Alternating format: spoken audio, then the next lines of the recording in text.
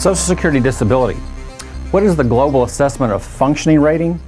Hi, I'm Mark Whitehead, a board-certified disability attorney and author of the Disability Help Book, The Social Security Disability Puzzle, How to Fit the Pieces Together and Win Your Claim. When you apply for Social Security disability, you can expect to be inundated with strange terms and acronyms that probably won't make much sense to you at first.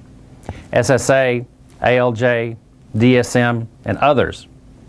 If you don't have someone knowledgeable on your side who can explain things, it's something that can quickly become overwhelming. Some people simply shut down because there's just too much to take in. And that's one of the reasons I started this blog, to explain things in plain language whenever I can. One acronym that used to be vital is GAF, or what we call a GAF score.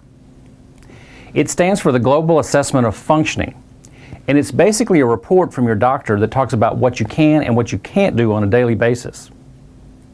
The GAF score was one of the big things that the Social Security Administration used to decide whether or not a claimant should get benefits. Why am I using the term in past tense? Because some recent developments have caused questions about how much the GAF will be used going forward. Eliminating the GAF score or having it count for less could lead to big changes in how disability claims are decided and argued. What's caused all this question? The American Psychiatric Association publishes a guidebook called the Diagnostic and Statistical Manuals of Mental Disorders, or the DSM. Until recently, this guidebook always included the GAF, but in the most recent version, DSM-5, it didn't make an appearance.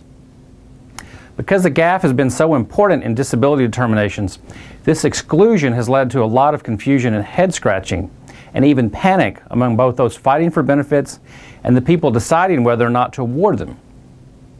Should they use the GAF score? Should they ignore it? How much importance should they give to it? The official answer from the SSA is that the GAF ratings are still going to be used, but only under certain circumstances. If you want to know whether or not it applies in your case, the best thing to do is to talk to an expert.